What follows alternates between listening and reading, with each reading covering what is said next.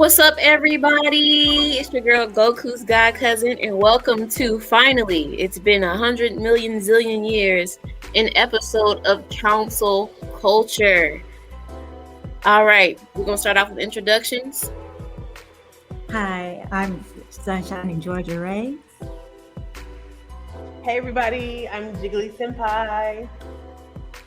What's up? It's your girl SD Trinity, leader of the Squirtle Squad. Baby boys, baby girls, what's going on? It's your boy SKIP.88 here from Blerd over here on this awesome podcast with these beautiful Blerd queens, and the only B word that I would be saying today is Blerd. That's it, because I ain't trying to say me up. I like that. I like your whole intro. I'm like, damn, I'm dry as hell. I need to have some inflection or something. Damn. I'm like, what do I do with my hands? Right. I do this. But that's about it. That's my intro. Me, you guys remember, I might be dating myself. You remember that movie Ride? You remember how they had that radio broadcaster that was playing all the way through it? No, is it just me? You mean the Ride Along? Anyway, no, not Ride Along. Older. I know what you're talking about. Yeah. So like they were driving a bus from the New York area to like I think somewhere down south. And there was a radio that was playing the whole time, like through different scenes, different cut scenes. And it was basically the radio station, like talking about whatever the thing was they were driving to. I don't even fucking remember. It was some kind of concept. It was the Million Man March they was going to.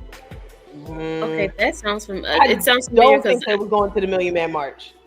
I just know because there was way too much canoodling and fucking around going on the bus, and people, you know, like grabbing ass and doing shit. Anyway, the point is, so I know they weren't going. It was not that noble, is what I'm trying. The point I'm trying to make. It was not that. It was some BS, basically. It was definitely not that noble.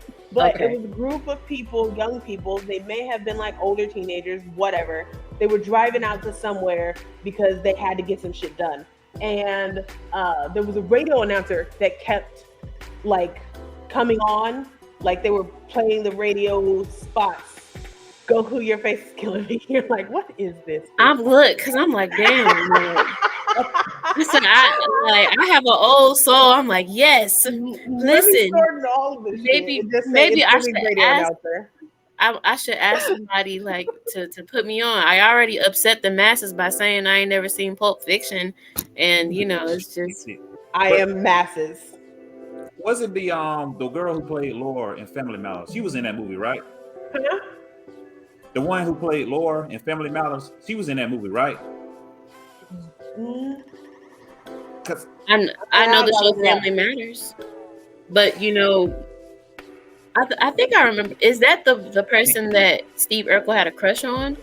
That was the person Steve Urkel had a crush on. But okay, I'm gonna use that as a segue point. I'm gonna use that as a segue point for our episode. Yeah, she was. She was. Is this it right here? Yeah. That's it. That's it. So it sounds like they were on their way to fame. They were on their way to shoot a music video. That's what it was. Yeah. Okay. They was riding down to the south to shoot a music video, and they were supposed to get paid. Hella drama. That's what it was. Okay. But there was a radio announcer that kept making breaks during it because they were talking about an event that was happening where they were going to be at. And that's just all I'm saying. It was just giving radio announcer, but specifically that radio announcer. He was cool. Okay. And that poster looks familiar. That's where I'll leave it. That poster looks familiar. I'm sorry, y'all not old. I'm just young. She said the poster looks familiar, and I know who Laura is, and I know who Steve Urkel is. He is a nerd. So let's get into talking about nerds. Right, that's what I was doing. And then he was like, "Yeah, here." I'm like, "Damn, bitch, come on, not you, not like that." I'm like, "Shit." I'm like, let me pussy up, cause damn, y'all just fuck you young. Here you go. This is what I'm talking about. But anyway, I'm gonna use that shit as a segue. Damn. I love you guys. Okay, so speaking of Steve Urkel and Laura, I forgot what was their character's name? Is it Laura? Stefan Urkel? Laura? Laura? Forgive me for not knowing. because that show was running when I was born. Not in a bad way. I don't mean that in a bad way. I'm just saying I was a baby watching reruns. Trying to call everybody old, but it's okay. Yeah, It's cool. she said if you listen to this and you were watching it, put some Big Gay on your knees, because and the reruns came on when Nick at Night was a thing, you guys, for me. So I know about the show from Nick at Night, and I apologize. Go take your pills, you decrepit. If you know about Nick at Night, you're not young. You old too. If you know about Nick at Night. Yeah, I'm worried about y'all's arthritis. I was born in the 90s. All right, anyway, let's talk about BlerdLove, because this episode is all about BlerdLove. It's going to be a part 1 and a part 2, but the first part is BlerdLove. One thing I love about Steve Urkel is his damn persistence, okay? I love you. Here are some flowers, you know, all that shit. And then he made, this is what men say they are. They say that they're persistent, not just men, women too. They want to be that persistent, and all blurs don't look like how Steve Urkel looked. And if you like a Steve Urkel look, I commend you, because I kind of like that. But I like my Steve Urkel mixed with Blade, mixed with, I don't want to go into detail. you like Stefan. Stefan, not really, because it's like, I like the glasses. She wants them aspect. suspenders. No, it's So actually like- the pants. It's actually the high waters. It's the pants. It's the Is pants. it the ankles? Oh yeah. You already know. My aphrodisiac is ashiness. Boy, roll down them socks. Let me see if you Fingers moisturize. and everything. Right. You know what?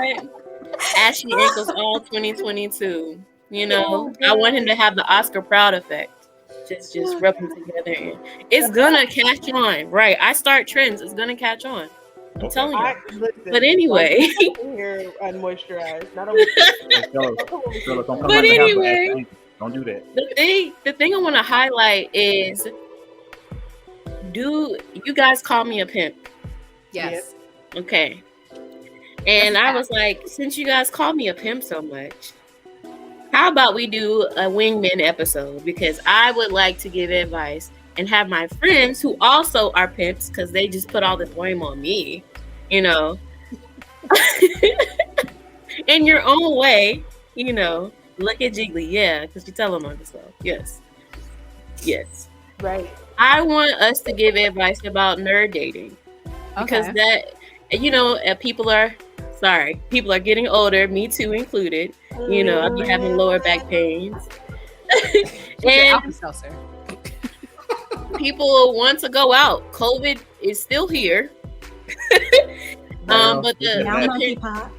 We got Right. we got some of the worst things. COVID, it's monkeypox. Yeah, man, they so just added monkeypox to the pandemic yes. list now. Well, if you're taking Valtrex I'm not going and outside. acyclovir already, you're gonna be okay, because well, that's another episode topic. But anyway. Definitely. In the time where we had to be extremely secluded, I felt like, you know, people were so lonely, they were like, I really want a person, or I'm not necessarily monogamous, but I want people. And right after the gates were open, it's kind of, I see more guys openly ask about, and more women openly ask about, well, how exactly do I talk to him or her? And more specifically, I want them to be a nerd, and I want them to be a blerd, a black nerd. Now, if you want someone that's a nerd and you don't want to put the culture behind it, that's okay, because you have what you want to do. But all I'm saying is, this is what it's about. It's about Blerd. You know, how do you pick up somebody that's a nerd like you and that's in the culture as well? You know, but advice works for everybody, you know. So with that being said, we're going to just segue and by having one of our male blerds down here introduce themselves just a little bit more. I want you to talk about your journey into embracing yourself, because I have looked at you on TikTok. Your content is quite funny, sir. I will say that. How did you find yourself and like, what was that thing that you felt like, okay, I don't give a fuck no more. I am who I am. I'm Skip. Okay. This is BlerdOver. I love who I am. And then after that, Trend and Jiggly, I want you guys to tell me, like, what made you embrace your sexiness as a woman blerd, and how do you use that in terms of just, I don't want to use the term pickup, because pickup makes it feel like it's not natural and like it's calculated.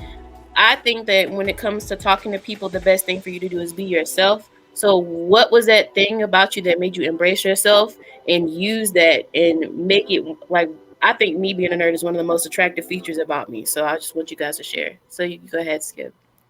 Well, basically, what started like from a journey, like, cause I got a documentary talk about how I became to be with being a Blerd and have my organization, BlerdOver. So it started at a young age, which I had the love for what you see right behind me, Teenage Mutant Ninja Turtles, and looking at each one, they have different personality. You know, you have Raphael on this side, who's who's the roughneck, the thug. Donatello, who's the very intelligent one. Leonardo, who's got the got the skills of a leader, and Michelangelo, which I can see myself as a purely silly, easygoing party dude.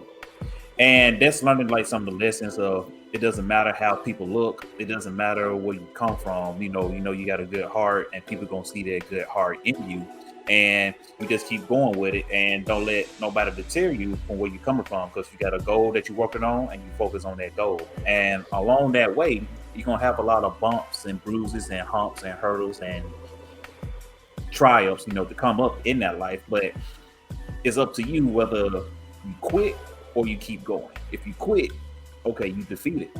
But if you get knocked down, you get right back up.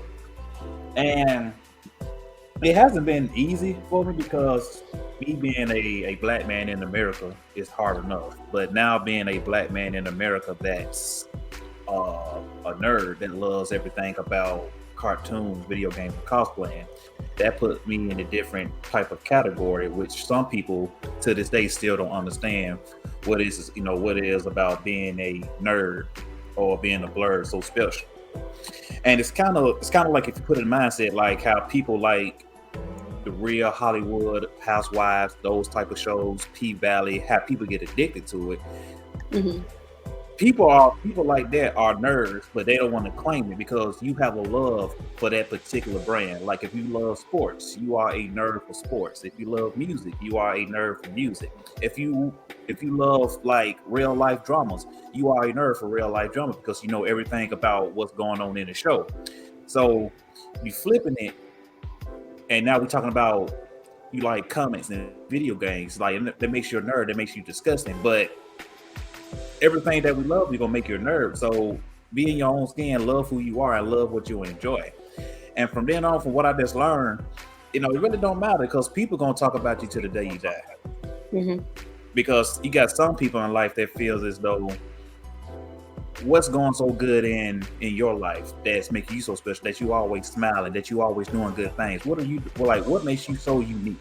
And people gonna hate on you regardless, because they trying to get that joy that you got. Mm-hmm. And they can't get it, but they see so much of like what you're doing. It's kind of like, oh, they ain't special. Girls can't get what they. I mean, shit, I can do it too. They ain't doing nothing unique. Oh, you come at me like that, you gonna get punched.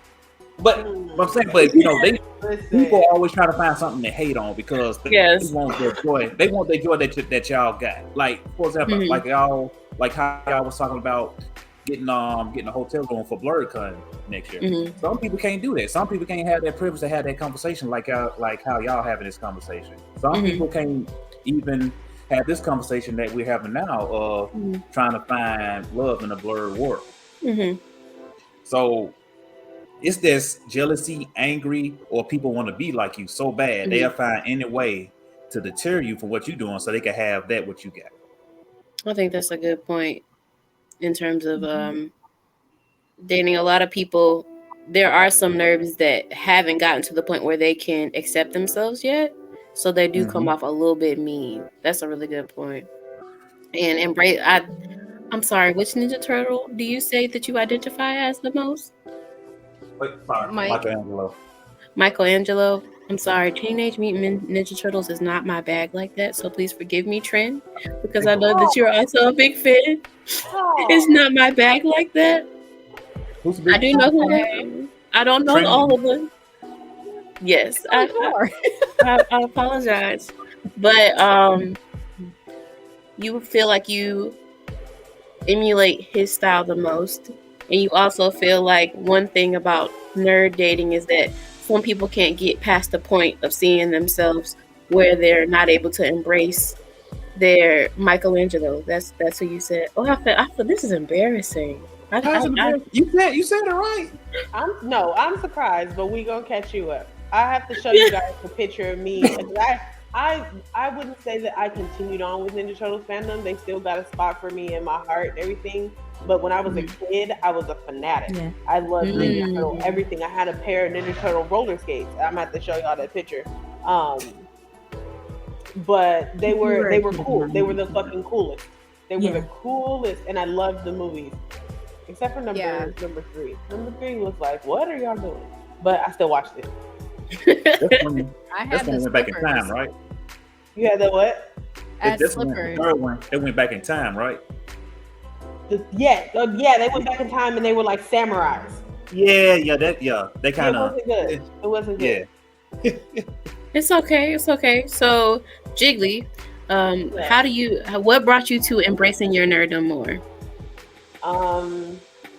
Y'all, in a very short way, y'all. But specifically, like I found Trend and I found Girls Can't Geek, and I was just like, oh my gosh, there's other people out here, other girls out here who like this shit. Because I was in a relationship with a Blerd before, but now I have the language to describe what happened. They kept me on a lot of shit. So like I was able to enjoy the things that I liked, but only the things that we liked in common. When I wanted to enjoy stuff that maybe he didn't like, he was not welcoming about it. It was very annoying. I had to still keep that shit to myself. I still had to watch those shows by myself or when he wasn't home, or I had to play those games alone because he didn't want to share. He wasn't the I would say we had some overlapping like nerddoms and fandoms, but then there were opportunities for us to share fandoms that like we were into that maybe necessarily the other person wasn't, and he was always really annoying about it.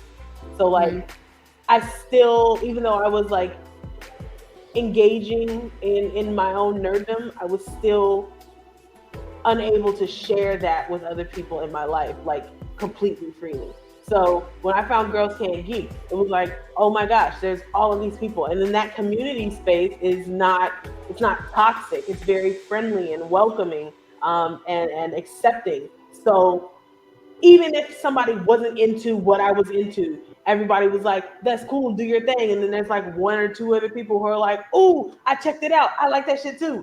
Like that's really what pushed me into being comfortable doing my thing, because I was always doing my thing, but it was always like kind of over here away from like people who could see it. Yes. That's what's up. What about you, Trent? Like what was the moment, the aha moment? Yes. I'm gonna say when I actually had my child many years ago. I'm not going to say how many, but many years ago, because at that point I was like, this is a little person I can share all of the moments I had as a kid with. So it was like, okay, we're going to go through all the Disney movies. We're going to go through all the old school Toonami animes that I used to watch. We're going to listen to all the intros and stuff like that. So that's what started it. But then I'm like, I can't have full conversations with the child. Like, it doesn't work. If you guys ever have kids, it doesn't work. But yeah, so they actually love Ninja Turtles, which actually sparked my love again for Ninja Turtles, because I loved them when I was little. But once I got to a point, I was in a relationship with their dad. He was a somewhat nerd. So like Jiggly said, like we had some common things that we liked. But when I'm like, I want to express what's going on, it was just like, So it was like, well, I guess I got to keep it to myself. And then a lot of like my friends that were into the nerd stuff, like I was, they were all overseas because they all went to the military. So then I didn't get to talk to people. Then of course the panini hit. And then it really puts you in the room and you're like looking around. I'm like, dang, I really need to talk to people about what's going on here. But by then I already met up with Bunny. We solidified Girls Can't Geek. I found a way to share all my nerd and Blerd memes somehow to other people, and they responded amazing because it brought all of us here. Like it was a great thing. So like the kid, and then Girls Can't Geek, and then the panini hitting, and it kind of just snowballed from there of like, I can really express who I am. I can really show you guys my love for whatever it may be. So I'm gonna say that's what it was. I mean, I've always been a nerd from jump, but I was the only one in my family that liked that stuff. So it's just myself. Yeah. What about you, Ray? What was your journey into embracing your nerdom?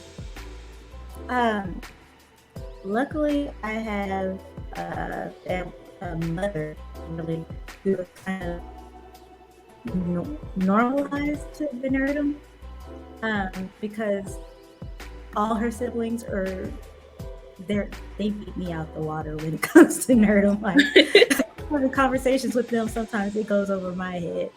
So she always kind of embraced that with me, so I could always kind of talk to her. So I wasn't as because I could always go home and just be comfortable. But openly, it didn't happen until I met you guys. Like you said, I was what I would probably consider a more traditional nerd, the theater geek, the captain of the debate team, loves politics, all that. And though I did that, I also was the girl who was playing basketball, also played the trombone. So it was like, I was always like, let me even out my nerdom with like a little extra something so that everybody thinks I'm cool, because I'm not. And then when I met you guys, it was like, I believe one day, Trin flat out said to me, I see the nerd in you. Oh. And I was like, I do.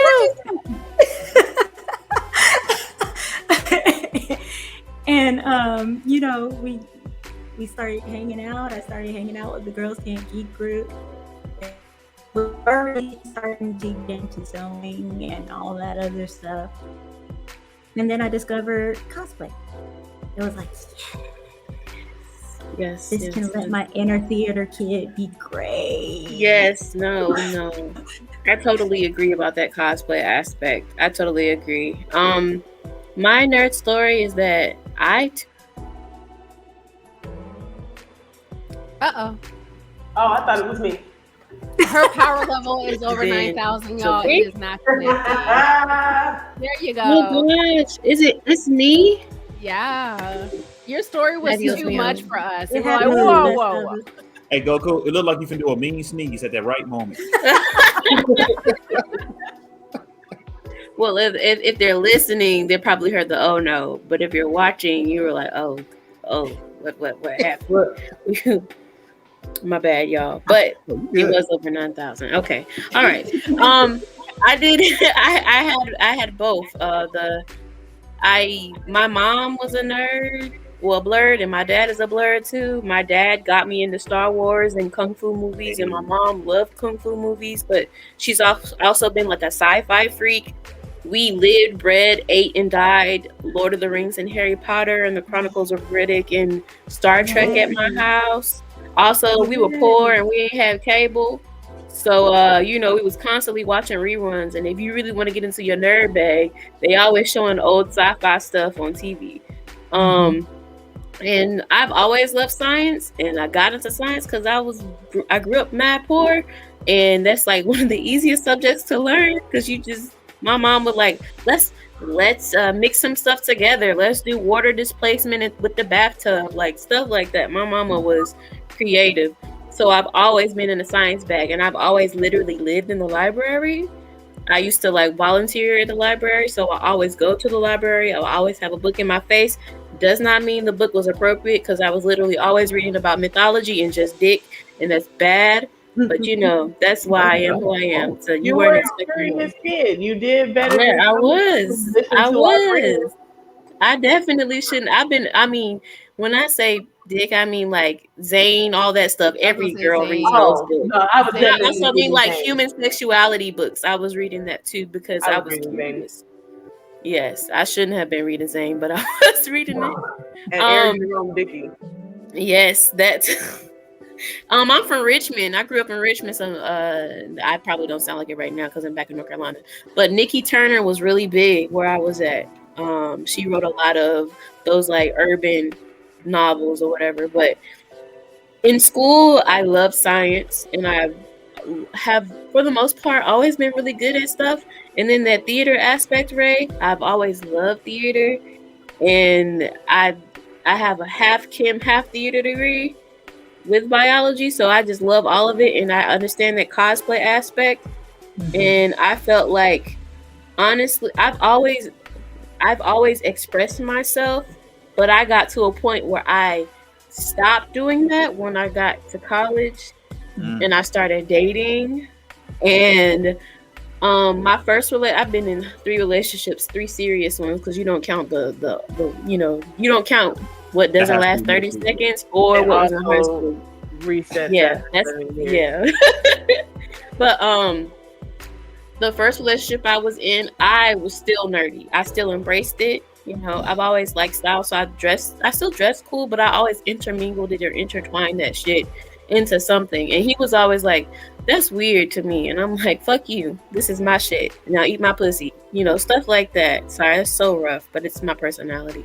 You know, like that's how I was. And then after that breakup, I got into a second relationship like 2 years after. And was it 2 years? No, it wasn't 2 years. But the relationship lasted 2 years of me not showing any type of nerdness at all, because I don't know what's going on. I reached that point of like not really feeling validated and stuff. So I liked my stuff quietly and secretly, you know, like not out in the open that much. I still did theater stuff. I still like watched things, but I didn't openly express it or talk about it. You know, when I was in my room, I would still do stuff, but like I just didn't show it that often on me. And then after that, I was like, you know what? I graduated from college. I'm grown now. What do I like? Oh, I love this, this, and this. You know, like, why not? I'm bored. You know, I started fighting. I started doing fight training, and I started doing MMA stuff. I started training, and I was watching anime in college, and I didn't realize that because nobody talked about like Ouran High Host Club where I was at, or like Shimonetta, or like just like the weird stuff, like Toriko, the weird animes. I'm just like, okay, I love Dragon Ball Z too, but like I don't, you know, like I like these other things too. You know, I couldn't really, and because people get gate kept, I'm a terrible person. We're gonna talk about it more later when we get to more of the pickup part. But the point is, I started embracing myself more when I went through a 2 years of just hiding it, and I was like, nah, fam, I'm not gonna do that anymore. And when I came to Girls Who Can't Geek, I learned more about embracing myself as a woman and loving myself more. But the nerdiness was always something I had, and something I always expressed, you know, because except for those 2 years. And the 2 years, like, fast forwarded into me being like, yes, I only want to wake up to anime and go to sleep to video games, but I'm grown. That part. So I appreciate you guys all sharing your journey into like embracing who you are and letting it all come out. Now, I feel like every nerd has that thing where I won't even just put it as a nerd thing, but like when you first start talking to people, what do you use to approach a person, or have you ever approached someone to go out on a date? You know what I'm saying? How exactly do you pick up someone? And if you want a nerd, what is the opening line, or what's the opening that you use to approach them, if you have? I'll go first. Okay, Trent. So for me, I'm very observant. By the time I even start talking to you, I've already like looked through like your Facebook, your Instagram, your Twitter. I've already done all my research on my side. So yes, FBI agent. If I were to look at Skip and I see a picture with, you know, the Ninja Turtles in the background, mentally in my head, I'm like, okay, he likes Ninja Turtles. So if I wanted to approach Skip, I'm gonna be like, hey, I love your Ninja Turtle poster. Who is your favorite turtle? He's gonna be like, oh shit, I could talk about turtles right now. He's not even knowing that I'm over here gathering information to then make my next move. So just like he said, he really goes with Michelangelo, which everybody loves. Nobody hates Michelangelo. Everybody loves him. But then I can come and be like, well, I feel like I'm more of a Leo because I feel like I can be the leader of the group and stuff like that. And then we can start comparing. I will say it has been successful in my journey in the nerddom world of blerdom, where somebody I was talking to, I thought they were cute. They like Yu-Gi-Oh a lot, and I was like, bet, because I have some cards. And guess what? I'm gonna bring up that I had some cards from when I was little, and that's gonna get his pants wet. So it worked, because I was like, hey, can you show me how to play Yu-Gi-Oh, like the card game, you know, not online, like actual like tabletop. And he's like, oh, this girl wants to talk about it? Okay. And I was like, yeah, I got you where I want it. And it was smooth sailing after that. But for me, it's really like observing, especially with social media. Most of us have social media now, where you could just kind of go through and be like, okay, they like this, they went to this con, or they cosplay as this. All you gotta do is see a few things, ask about it. And as for us as nerds, especially if we want to talk about something that we're passionate about, we will talk about it. They will drive the conversation, as long as they don't block you out, but they will drive the conversation and give you everything that you need to know. And then you're like, all right, do I want to go with this person and pursue this? So that's how I do it. I like that. So basically, you observe, and then you approach, and you gather intel, not in a bad way. Yes, but you see what they like already, you know, and you're also polite. You're nice with it. You know what I'm saying? So observe and approach. You know, kind of do it. I think this works more so for if you've been like seeing a person for a while. You've been peeping them. You know, you've been, you know, been up on game. You know, not. Well, no, you can know some stuff. Wait, hold on. So you've gone to. So how would you approach this if this is like you go to a comic book shop and you see somebody that you think is cute?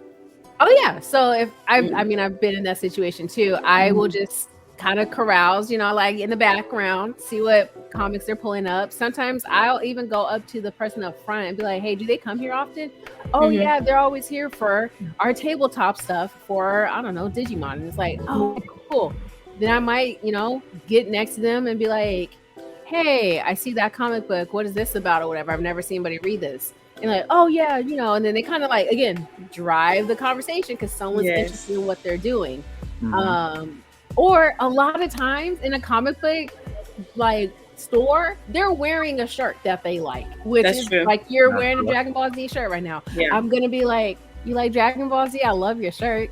And you're like, oh, this whole thing. I'm like, yeah. Who's your favorite character?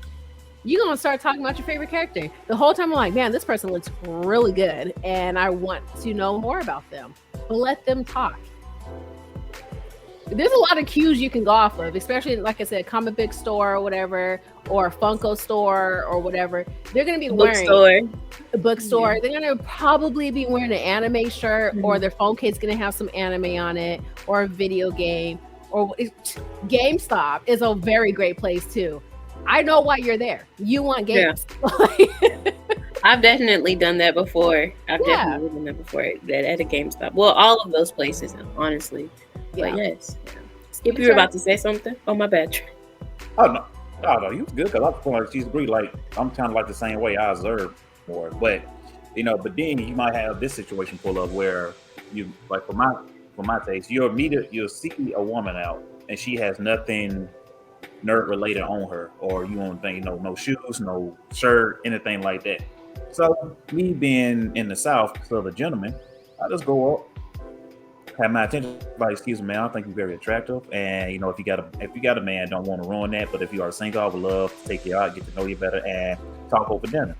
9 times out of 10, that usually works because you're approaching her as a gentleman, and they take that because nowadays you really don't get that anymore. So we just start talking. Then I just because me behind I am, I'm actually silly, so I just come off with jokes. So I say, how much does a polar bear weigh? And she's like, what? Enough to break the ice. Start laughing. Boom. Corny but cheesy, but it works. It would work. Well, with somebody that likes corny jokes. I love corny I jokes. like corny jokes. I love nerds like corny jokes. Right. And then that's how you catch okay, so she like that corny joke. Now let me see what else that is in the whole world. So it's like, well, growing up, I like Teenage Mutant Ninja Turtles. My mom used to buy me nothing but I had the locker, the bedspread, the toothpaste, the toothbrush.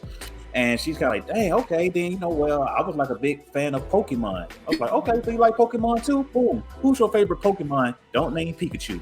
Go. And she's like, oh, damn, you kind of stopped me. I play Ghastly. I was like, oh, okay, so you dark. But you know what? It's cool. We're gonna roll with that. And then you just make it more comfortable, make her feel comfortable. Like, okay, so he's kind of in that nerd realm, and and he's a black man that's that's a nerd, and he's proud of it.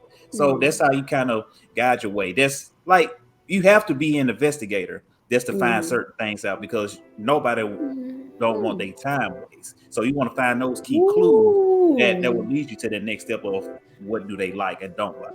Oh, key point. You said no one doesn't want their time wasted. Oh my God, that's a good one. No one wants their time wasted. You are right.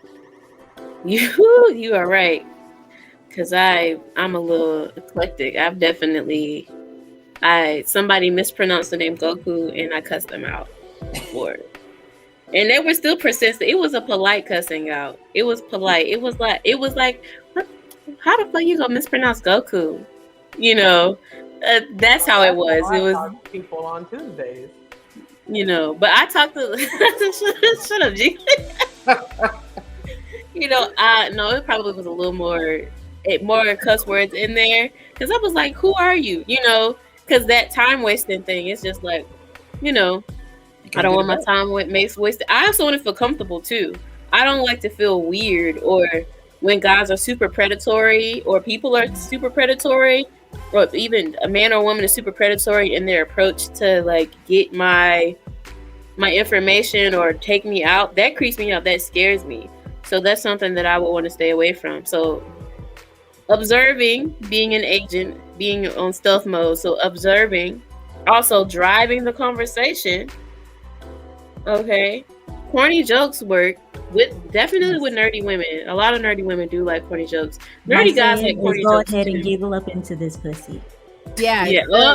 The more you're laughing, the smaller your eyes get, and then when you open, there is peen in you, and you're like, "Oh, how did this happen?" Yes. Now using dad jokes on me to get some, like, oh, it works. Right. It totally works. Yeah, I was gonna say, for me, like approaching guys, also, I definitely use jokes. when I talk to them. I also, dang, what do I do? Because I absolutely, I'm trying to remember, because I know why you guys call me stare into their souls. I know that, but I do make eye contact. Okay, I do make eye contact with people. But before, I would also say, because I don't know. I like to make the person feel comfortable. The first thing that I do is absolutely compliment. She what? See, the world don't even need to know her secrets. That's why it's Right. Documented. He said, "Let me stop you right there. Hold up." Because those secrets in the wrong hands will be detrimental. I'm not giving away everything. Well, the internet thinks so. It says scoop. No. And I compliment people first. Men are not used to receiving compliments. It's also which compliments you say. And especially a lot of nerdy black men, a lot of us come from places where we're insecure about ourselves, even the nerds that are fine. So if you are a really attractive person and you just have the privilege of women approaching you, sometimes if you're a nerdy guy or a nerdy girl, as soon as you come out of the mouth sounding a weird way, people like that leave, and that's real. You know what I'm saying? Mm-hmm. But I compliment them, and with observing, if they have on a shirt, oh, I like your shirt, or things of that nature. And then I'll go further. You also have to drive the conversation, and the things I drive the conversation with next, you're gonna have to pay me for that advice.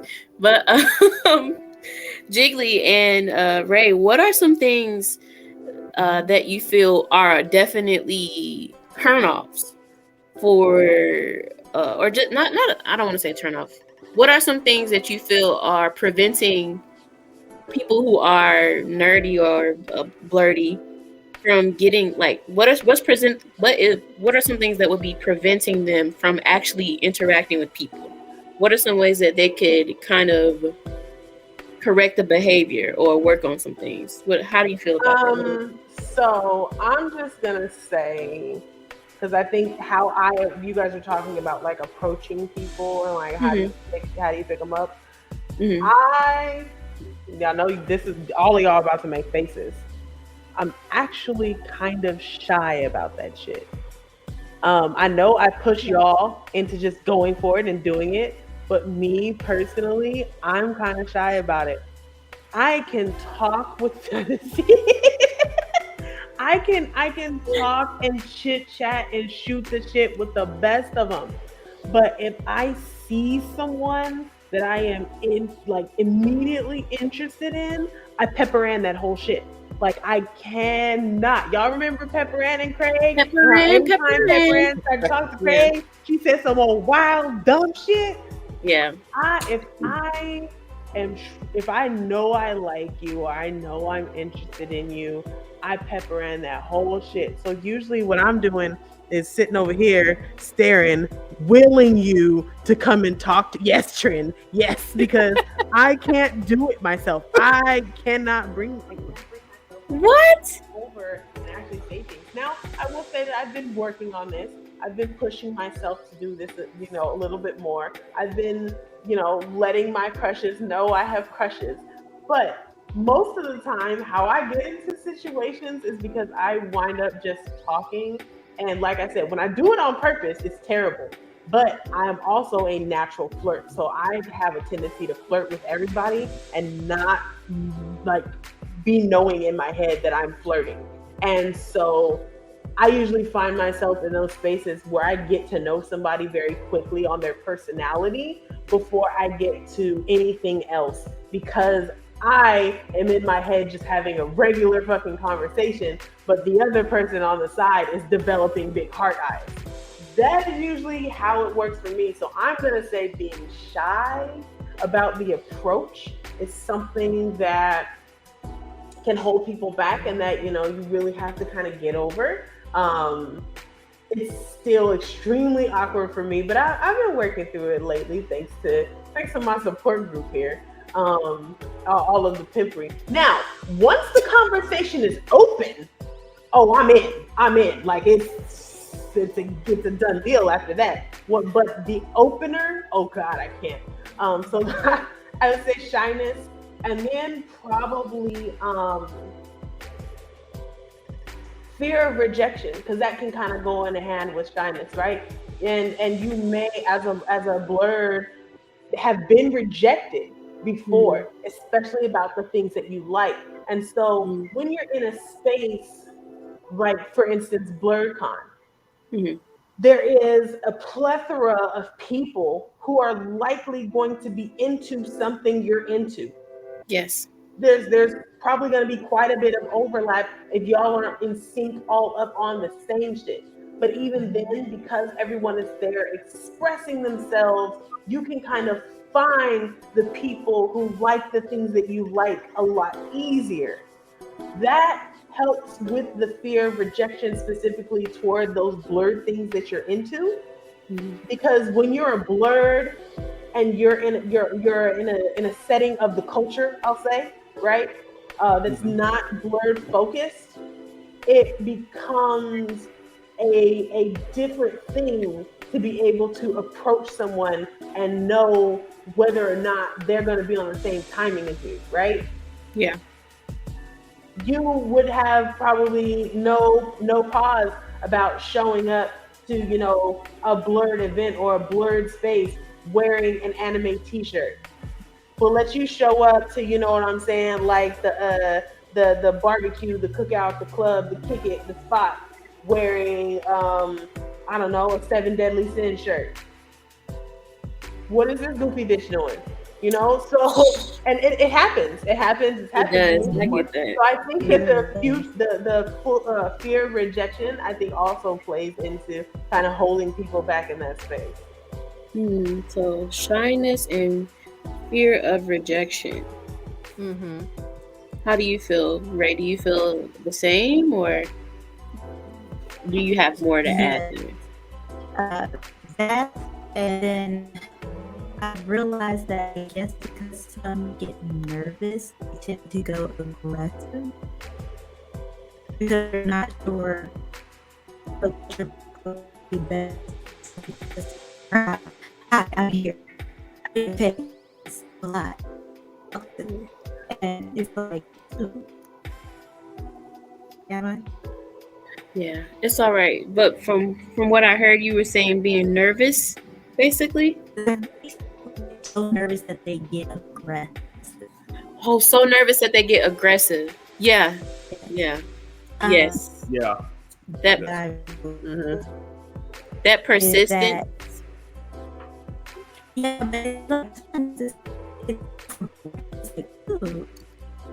Step back for a second. Let's break down, and now let's talk. Okay. See, the internet out here don't want to hear us give no anything that we have to say, but Right. you were saying great at all. no. Right. It's okay. It's okay. No.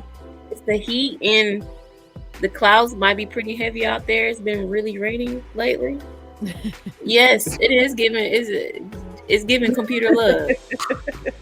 It is giving computer love. Well, even just to add on to what she was saying, I want to say being a know-it-all is an extreme, and I don't say turn off, but it's an extreme turn off. Like, again, I'm like, I like your shirt. You're like, oh snap, you do, and we're talking about it, and then you now want to start gatekeeping me. And you maybe not notice you're gatekeeping me, but you're gatekeeping me. Like we were talking earlier, like, oh, who is this? It's like, okay, well, that's Goku. Well, who is this? He looks like Goku, but it's not. It's like, okay, well, that's his son Gohan. Like, you know what I mean? Like, then it's like, why are you now? It went from me wanting to learn about you to you ultimately quizzing me, and I didn't come for a quiz. I came to get to know you, not be 100 questions deep into something. And I feel like there are a lot of nerds out there that and blerds out there that will do this whole like, oh, she's probably just trying to like use me, so I'm gonna make sure she's a real blerd, so I'm gonna go down this checklist of can she go through all this. If she can, then she can get my time. Which, I mean, if you don't want to waste your time on somebody, go ahead, but you gatekeeping will never get you anywhere in any situation.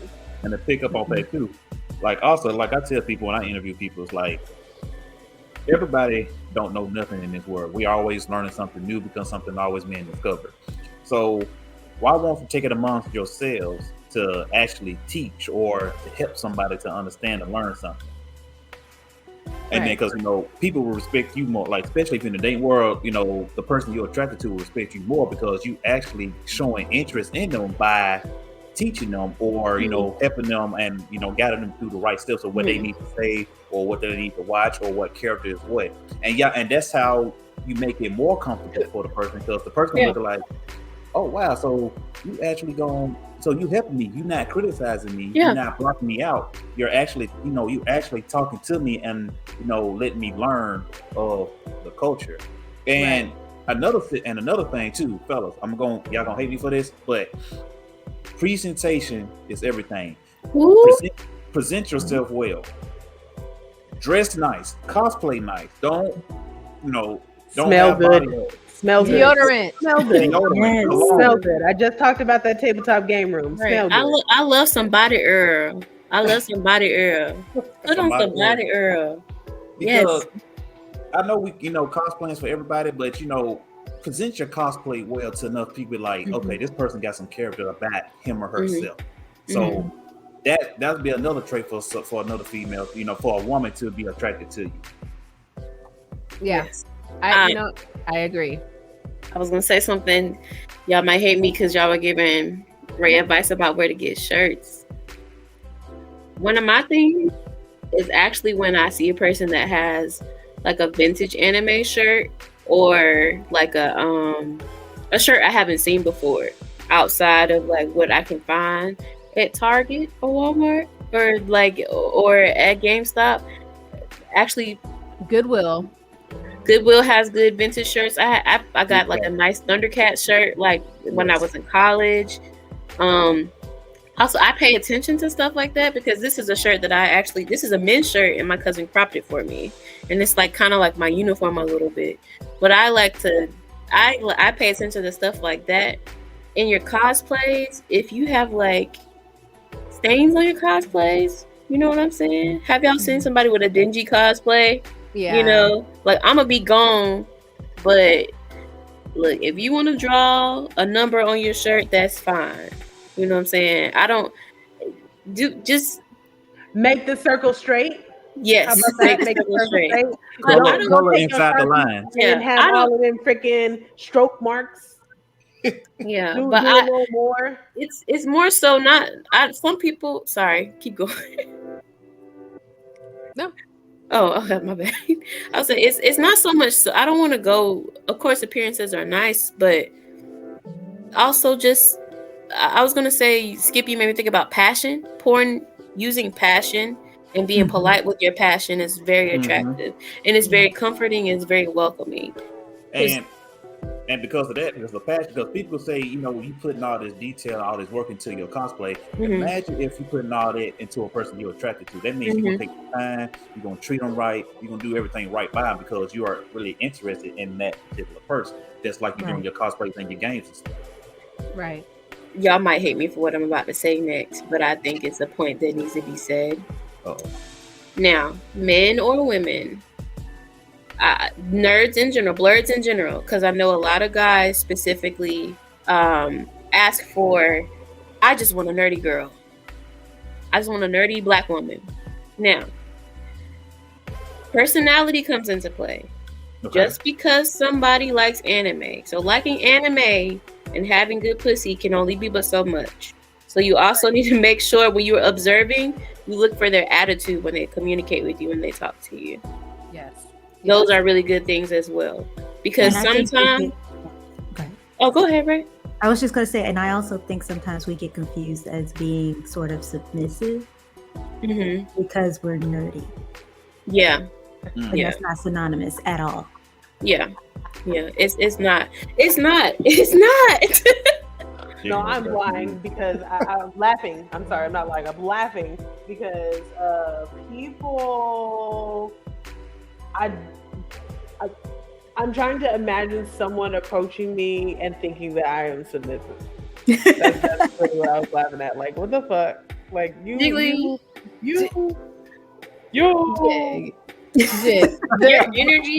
Your energy is so powerful. One, you are tall. Also, somebody was like, I thought y'all were going to be short when he saw me and Jiggly, and we were like, no. No, people that saw me like, okay, yeah, you are short. I was like, I've been said that. Like, I never lied about being short. I love wearing heels, so I would have on some 5-inch heels. I love heels. Okay, so I'm gonna be at least 6 feet or 6'2" when you see me. Okay, it's like that. But aside from that, just there's something else that was there. Dang, I lost it because when you said people approach you, you made me lose it, Jiggly, when you were like, people think. Wow. I'm gonna say that the most I've ever gotten, and it's not even a Blerd thing, is like older men try to approach me and think that I'm going to be submissive, and I'm like, oh, you're about to get a headache. I don't mean that in a way that means like I would not submit to my partner in a relationship, but the traditional ideals of submission, they don't exist over here. That's not what the way that people like generalize that doesn't exist over here. And so like I've been approached by not Blerds but older men who try to come over here with that. Like one of them told me that I shouldn't cuss. And then you start swearing. Like, take that shit right the fuck back. Like, we're not gonna be friends if you think that's unladylike. Get the fuck out of here. Like, I'm glad you caught that red flag early. Yeah, I will say though, when also hearing Blerd say that they do want like a Blerd girlfriend or whatever, they already have something pictured in their mind. Yeah, and you have to fit that mold. Now, it's not just Blerds, it's just nerds in general, and not all of us, but there is a good majority where they already have their picture perfect person. So like they're like, dang, I want my woman to look like Bulma. She got to have all the little curves. She got to just be smart like Bulma. She got to stay at home and take care of the kids type of thing. Like in their mind, like there's a real person out there for me like that. And I'm going to find it in that nerdy space. So maybe they do go to BlerdCon and see someone dressed up as Bulma. Like there she is. There's my Blerd wife. This is what I've been looking for.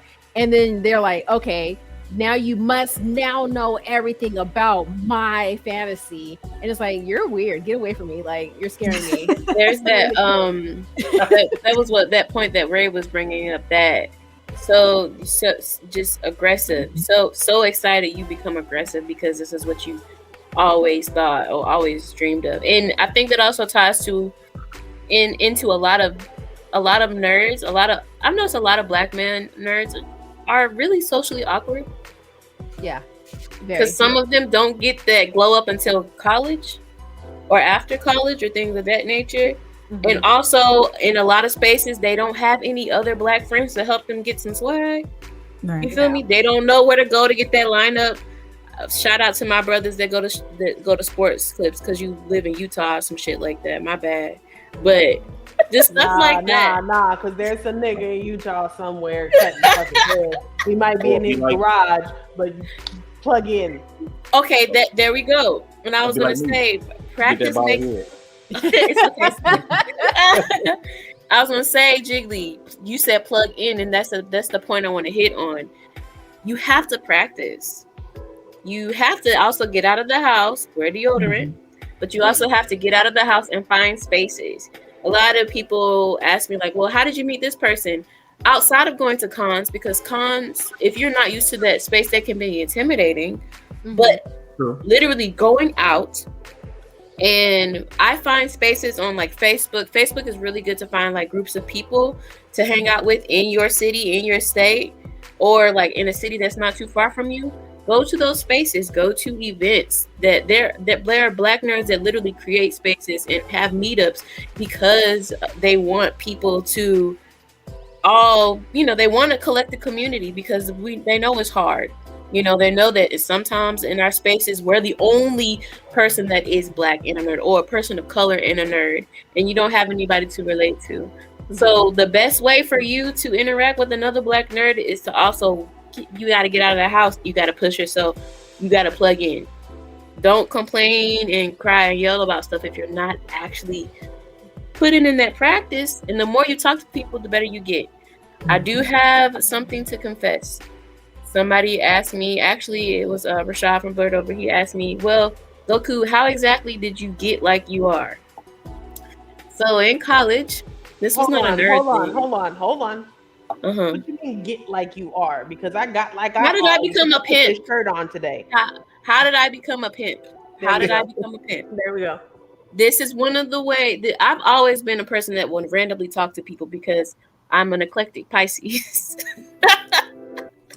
I don't know. I don't know. What you just what, Skip? No, Right. My bad. Go ahead. Sorry. I thought. Don't play with it because I'll take you out of here right now. I'm joking. No. Okay. So, at my university, I was a secretary of the International Students Club, and it was like my job to curate this date auction. So I had to go in my campus and approach the finest men on campus. And this was an event I had to host. It was a part of my job. Okay. So I literally had to go to the finest men on campus. All the girls got together and had a vote. Some of the guys were there. They're like, oh, this person. And I had to get them. I had to talk to them and ask them if they would come to practices. And I had to create this event. So I had to pussy up and just go out there and be like, hi, how are you?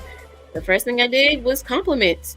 I just want you to know that I think you're really handsome. Me and all my girlfriends always talk about how fine you are.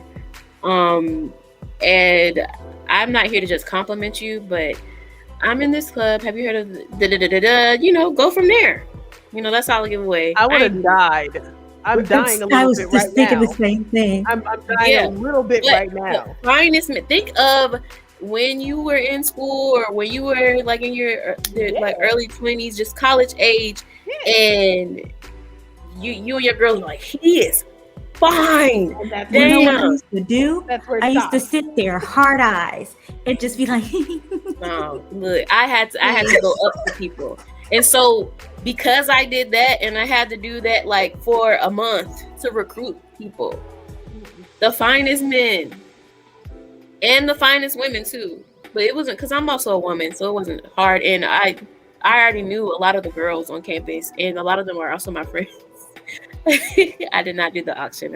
I hosted this too. No, but I basically had to do that for a month, and it got me out of that whole he's too fine. But one thing I've also been noticing is that confidence is also really sexy. There are moments where I don't feel that cute, and somebody that I think is super attractive, they'll like, especially on Instagram, like they'll follow me back, or I'm like, what you little old me, my ass yourself, little old me. There are just moments where I'm like, what? And I'm like, hold on, no, I'm a bad bitch. You can't kill me. Y'all seen that TikTok? Okay, I just didn't want to be crazy. There are just moments where I'm just like, no, they're inquiring and sending me heart eyes or engaging in conversation for a reason, but I leave it there because I don't like to marry potential in my mind, because that's crazy, or that's not healthy behavior. And that's what Trent was saying. You see somebody, you picture them, you go too far, you do too much. But that's the origin story of Goku the Pimp. I had to do it, and I had to do it almost every day for a month. And so that snapped that right out of me. So now if I see somebody that's fine, y'all see me at BlerdCon. Or you see me in spaces.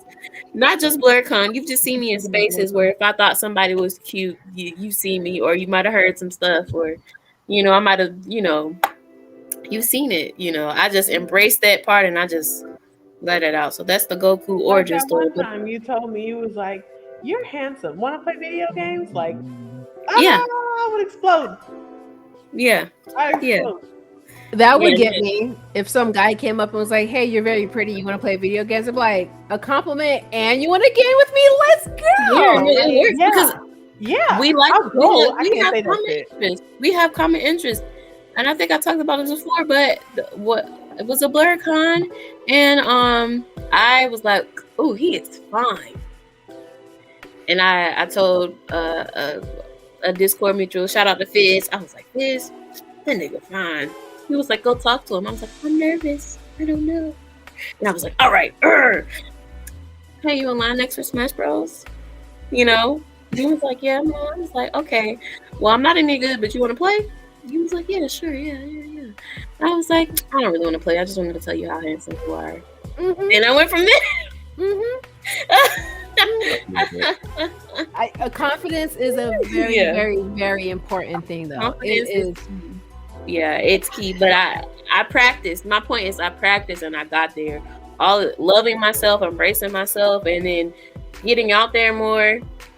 That's what helped me become this person that it's easier for me to talk to people or pick up people. Even outside of even wanting to date somebody, making friends is also a good way to make friends, Yeah, for it's sure. not hard to do. And outside of building connections and building friendships is very important. But I'm happy that we're learning these nerd Mac Daddy principles, because I would actually like to segue into a little game, because y'all call me a pimp. I want to talk about true anime Mac Daddies. Okay. Anybody with white hair wins. So there's that. Anybody with white hair wins. White hair? Anybody with white hair wins. Kakashi, Bon, Jiraiya, all of them. Inuyasha. I I'm not have exaggerating. pictures. I have pictures. Okay. Who else you got?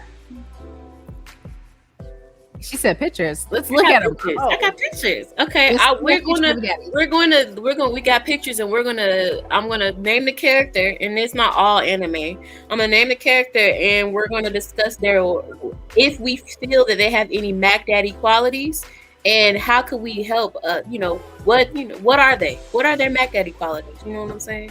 Okay. You know what I'm saying? All right. Y'all ready? Can I rate them? Yes, you can rate their Mac Daddy. Okay. What's a rating? What's a good panties? Rating?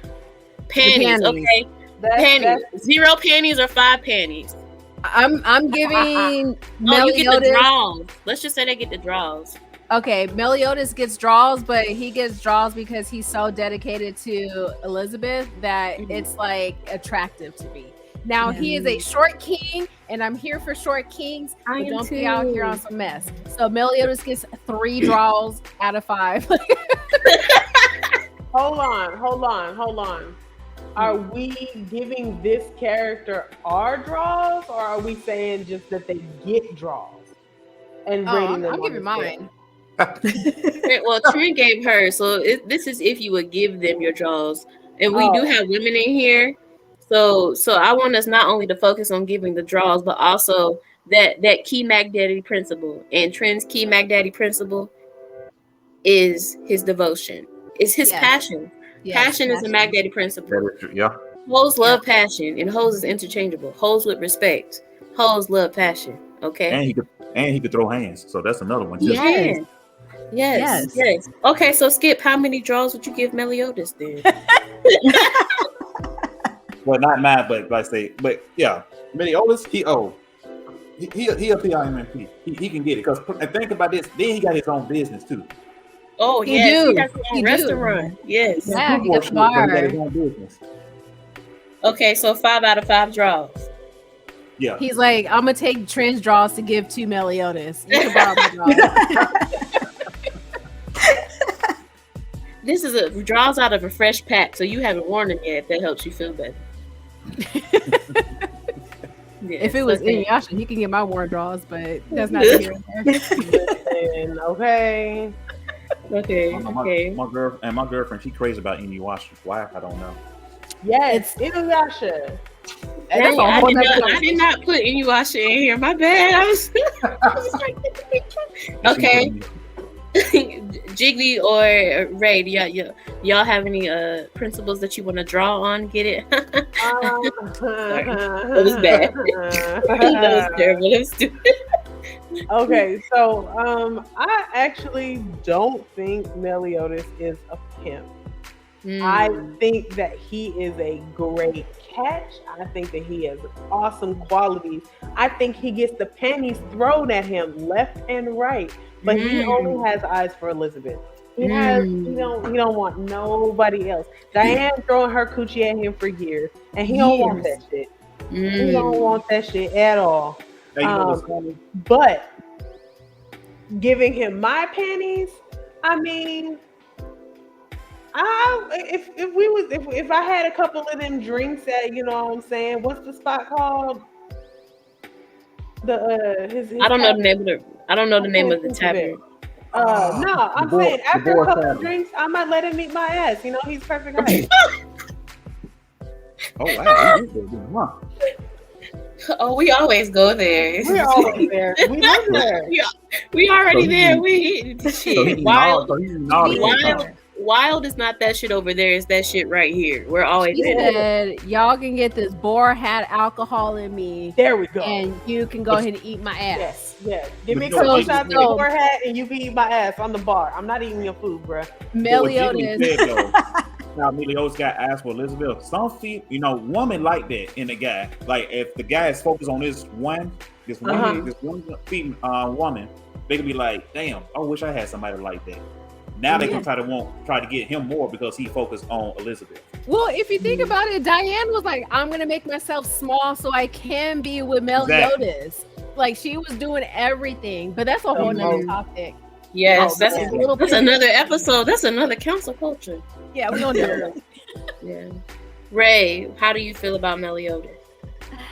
I'm kind of on the same boat as G with this one. I would probably say 2 or 3, but that's just because, I can't get with the look. You don't love short kings? No, I don't mind short. I'm short. I'm probably as short as they come next to being a little person. You don't like the thing? I'm just tall at heart. That's what I say. I tell people I'm 6'3" in spirit. It's okay. So I was 6'5", but it's not the height, it's the baby face. Oh. You don't like baby face? I don't do baby face. You want a strong jawline. Yeah, I like a masculine looking. Okay, so for my listeners out there that have baby faces, it's okay because I have a baby face. It's all right. Hey, baby face, strong jawline, it all can get sat on. There's somebody for everybody. Okay, that's just not raised back.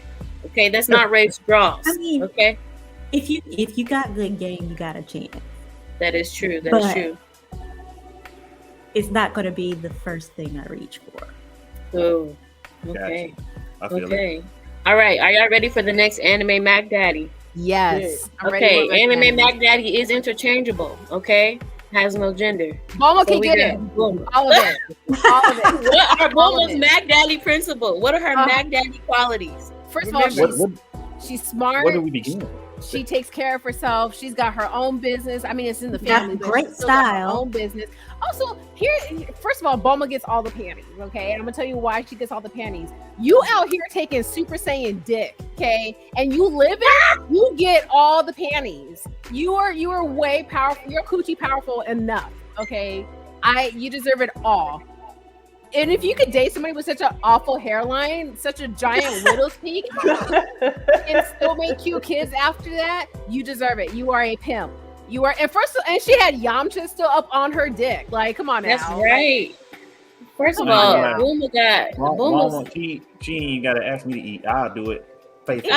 You tired? Lay back. I got you. Oh, you taking a shower? Lay back. I got you. Come on now.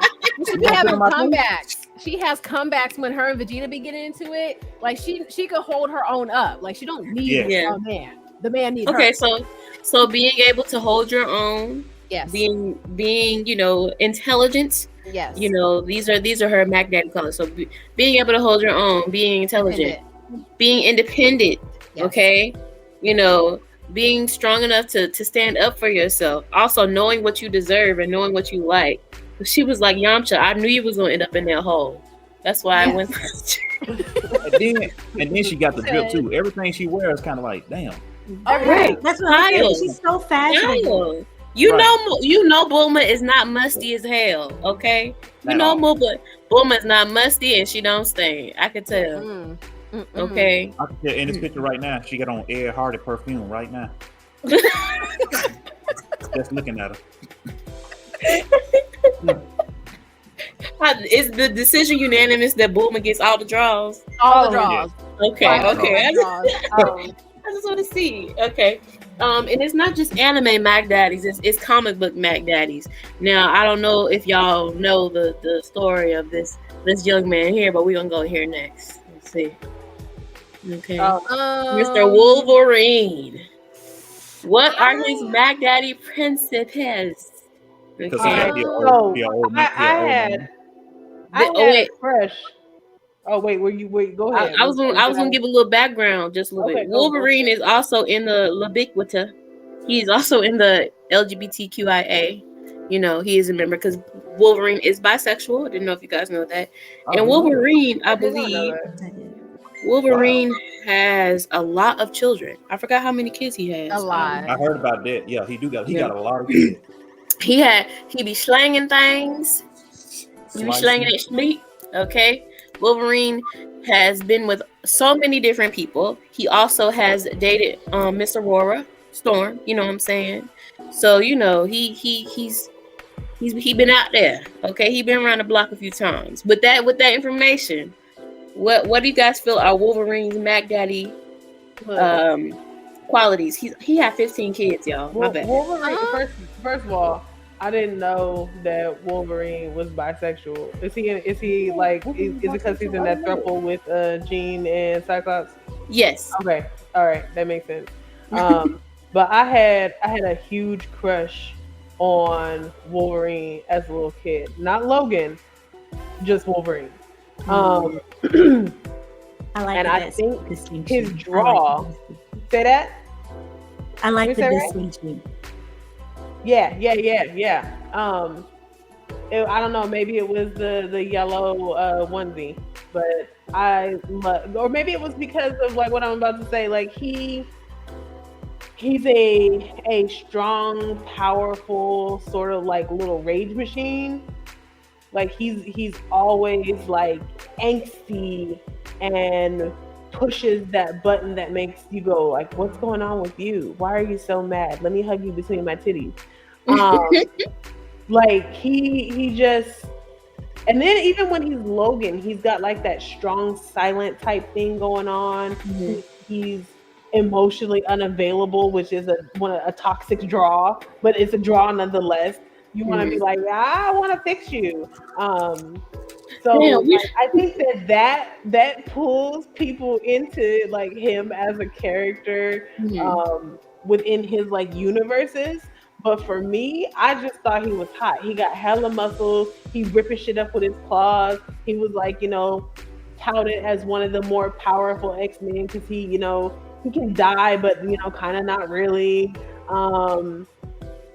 And that's why I liked him. And I also identify with like his kind of like little rage fits. I'm an Aries. Okay, I was gonna say, dang, that's some of that we gotta. Okay. Yeah, there's some things to unpack, and I'm not saying that all of that is on me. We have to be real. Every human being has toxic qualities. No one is perfect. If those little you said you like them, you like them. I love them, sis. You know what I'm saying? But we all Mac Daddies have toxic qualities, so I'm not negating. I, Pimp Goku, as you guys say, I have toxic qualities. So, it's all right. So Wolverine is powerful. I really liked how you talked about his passion. That's another thing. Also, he takes care of himself.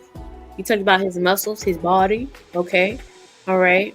I would also like to say, even if you don't have muscles and no matter what size you are, there's somebody for everybody. And as long as you take care of yourself, that, making sure that you love yourself and you have strong mind and body, that's fine. Also, shout out to the dead bodies because we also love those. And also my fellas with the sweat rag, because I know if you got a sweat rag, you got to take a lot of wash up. So I know you clean. Sorry, that was... we love dad bods, okay? Love them. If you got a sweat rag, I know you clean. Y'all know what I'm talking about. Because people love the culture. Y'all know what I mean. That was a lot. I'm sorry. Does anybody else want to give their draws to Wolverine? Anyone want to give him a draw or two? Any qualities they see?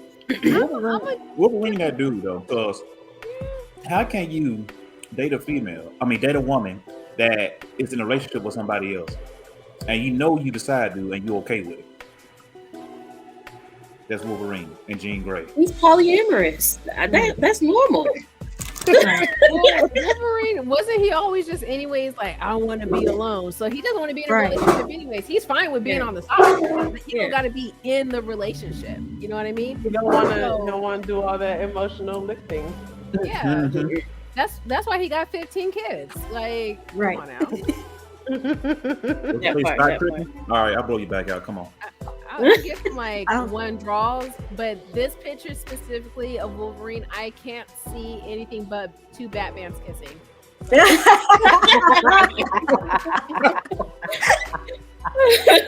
I'm dead. I can unsee it now. Okay, all right, let's get ready for the next Mac Daddy, which some of y'all may know, some of y'all may not know. Bayonetta. All the panties, all the draws. Bayonetta, first of all, ma'am, you got guns for shoes. You deserve everything. Don't tell me. Okay, so Bayonetta is I love Bayonetta. Bayonetta is a witch. And Bayonetta is like her fighting style is like gymnastics and shooting, and her transformation, she also takes all her clothes off and puts them back on. You say it's like so fight style, like she already don't. You ain't got to explain, but she won with me already. Okay, fight style is like grappling, and she also uses gymnastics. So you know how in Tekken, the people have like their fight specialties, and some people's is just gymnastics. So it's like a mix of gymnastics and wrestling and grappling, like a wrestling style, which I like about her. And when she powers up, she takes her clothes off. I don't know these things. She gives very Scorpio. She does give Scorpio energy. She does give Scorpio energy. Hey, I'm a Scorpio, so y'all already know what time it is. Oh my gosh, there's so many of y'all. I'm sitting on a panel of water. What's wrong with that? I like water. You need it so you're not musty. I gotta quench your thirst somehow. I was just going to say, you gotta stay hydrated. Right, you need me to survive. Okay. She's strong. She looks amazing. Also, definitely come grapple me with your thighs, ma'am. All the pants. And then she'll shoot you. She has to shoot me. Like, I don't care. Like, she shoots with every limb, y'all. Are her shoes guns? Yes, her shoes are guns. Oh my gosh. Okay, so I'm not familiar with Bayonetta, and that is fucking dope. Okay, we might have to say she's literally right now animated me. The game is not in real life.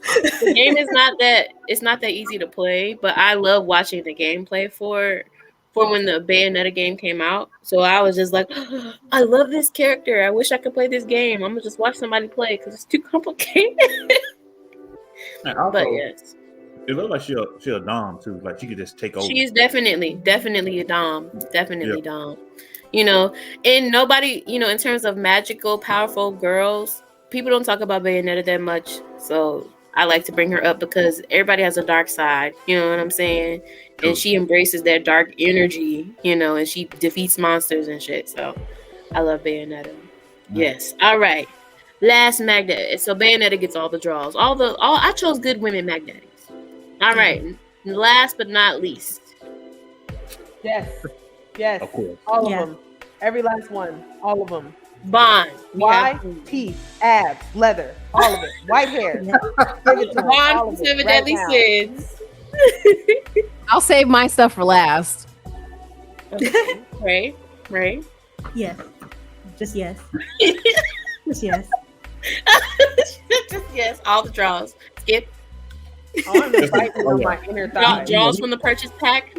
Draws from the purchase. He with it. He with the fuck shit. So yeah, that's my boy. Yeah. Okay, but what are outside of his physical qualities, what are his personality Mag Daddy qualities that y'all can name? He's a smart ass. Mm-hmm. Yes. Who doesn't love one? He can cook. Ooh, I love a king that can cook. Yes. And you know, he one of them people like be like, hey, fuck all that talking. Let's go ahead throw hands real quick. Yeah. Doing too much okay, talking. he's not about that talking out the side of his neck. He means what he said. He means business. And he's not afraid of death. He's not afraid of death. Okay. We love a fighter.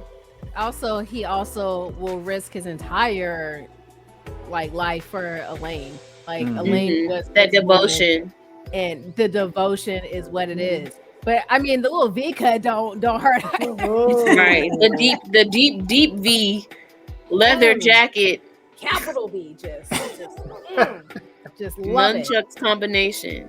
I would happily clean the inside of his hot ass leather suit because you know that motherfucker sweaty. You know it's sweaty as shit. Pour it on me. I would just let me climb in. I just. Yeah. Let me get him off the screen for y'all. No. Come on. I want him to bite me on my inner thigh with those teeth. Yes. Please. He be looking at his teeth. I'm like, whoa. This is not a Coochie and Kinks episode, y'all. This is how to pick up a Blerd. Y'all about to say, I'm just like, Lord. Okay. So in that case, fellas, if you go to BlerdCon next year, dress up as Bond. And the V is there, or draw the V on. I don't care. I want a picture with you already. You get the clean and dirty draws for me. I don't care. Worn, not worn, all of it. Let me sit on the face. He tall too. Oh, I'm sorry.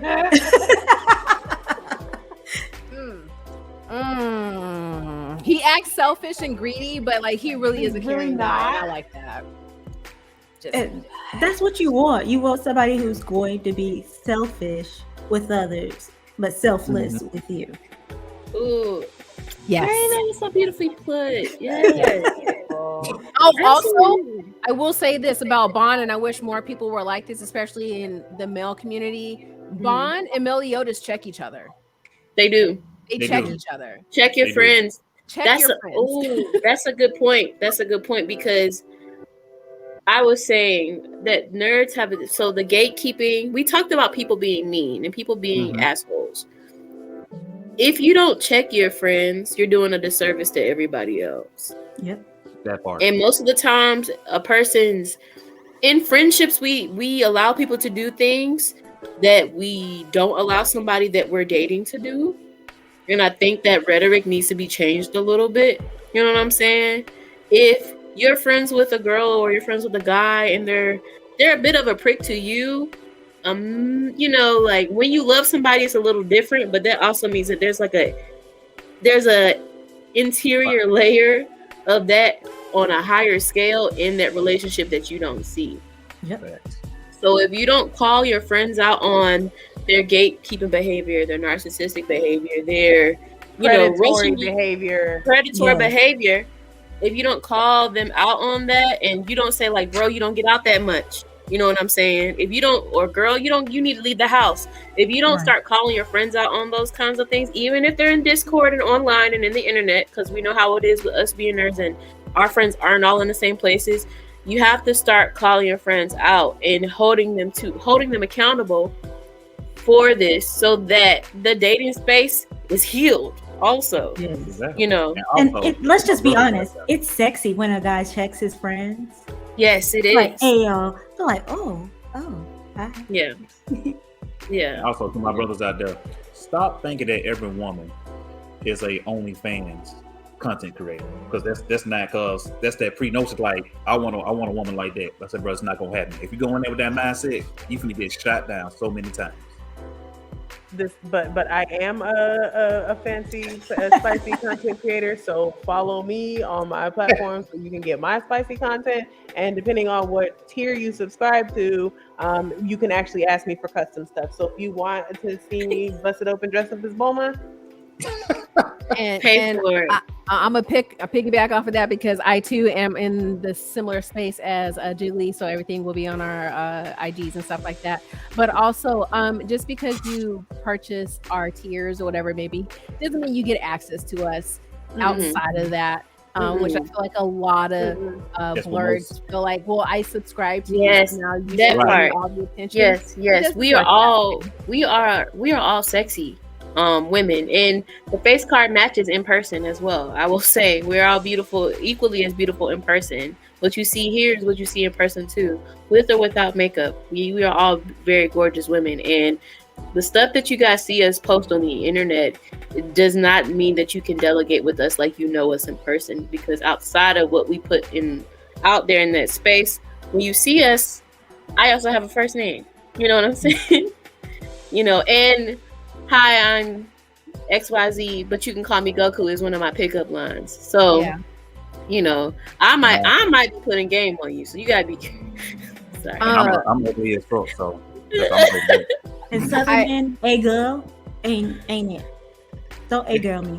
I feel like nerdy men know that already, though. They don't. They They don't. No.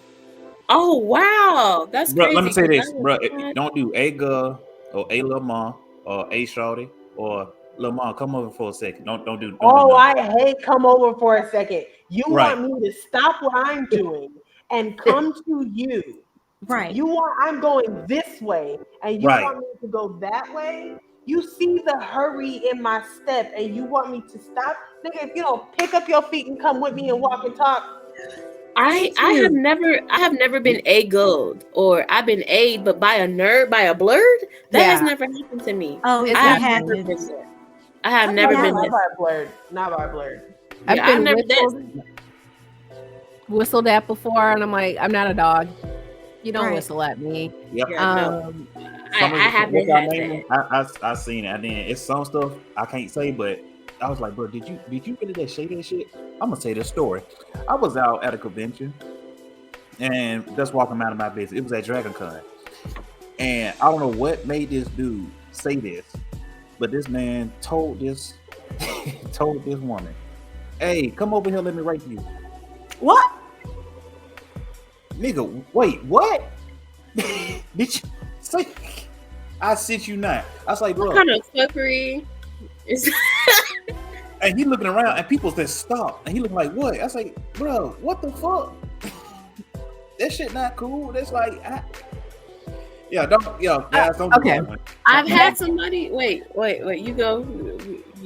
You want me to go? You go. You 'Cause go, I'm because I'm gonna about say to tell a something. story. Okay. Go ahead. At BlerdCon this year, I was playing Mortal Kombat with somebody because I was playing by myself. I love the Dreamcast. I don't necessarily want a wedding ring. I want a matching tattoo and a Dreamcast. You feel me? Okay. So I was playing. No, it was Mortal. They had Marvel vs. Capcom on the Dreamcast at BlerdCon this year, and I was playing with this guy. This guy. He was really socially awkward, but it was okay because he was still polite, and we were playing. He was beating my ass. Kudos to you. I don't know your name, but thank you, nigga, for beating my ass. It's great. Okay, anyway, so I was playing, and this guy walked up to me, and he was like, "Hey, I'm sorry to interrupt, but I'm looking for something." And he was like, "I'm not trying to be weird, but have you seen my magic wand?" And I was like, "Nah." He was like, "Are you sure you're not sitting on it? It's really small." I was like, "No."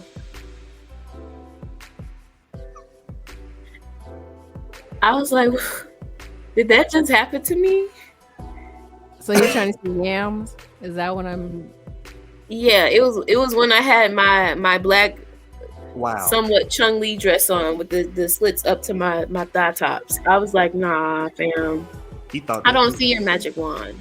I know I look beautiful in these heels playing Mortal Kombat on this Dreamcast, but I don't see your magic wand. I don't see it. I don't see it. I feel like he'd have been like, "Would you like me to show you?" Like then it's like, "All right, I'm gonna punch That's you." what Yeah, that's no, what I was waiting felt for, that. too. That's what he was gonna do. I feel like that was what he was gonna do. But I was shocked because that was the first time anybody has ever thrown a real line at me that was really bad and predatory and creepy like that. And I was just like, what? He left because I was like, no. Like, and I was very short and I was like, nah. You know, No. that is way worse than yellow shirt, but yellow shirt. Oh yeah. Wow. I got stalked at BlerdCon. Literally, if I readjusted or moved or stood around one of the girls and guys in the group, he would still readjust to where he was still within eyesight. If he caught me walking away, it was grabbing the arm. The last time I ran into him, he literally said, "Girl, I want you."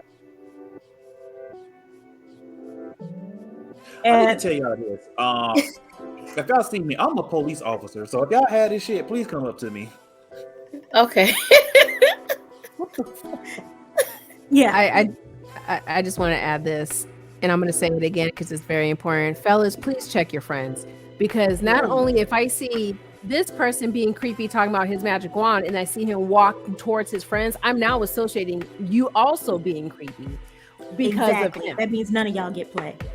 And there's been a lot of guy groups that I've personally seen where they're like, oh, we don't get any blah blah, all the girls are stuck up, and I'm like, okay, but one, you guys smell bad, you guys don't shower like you should.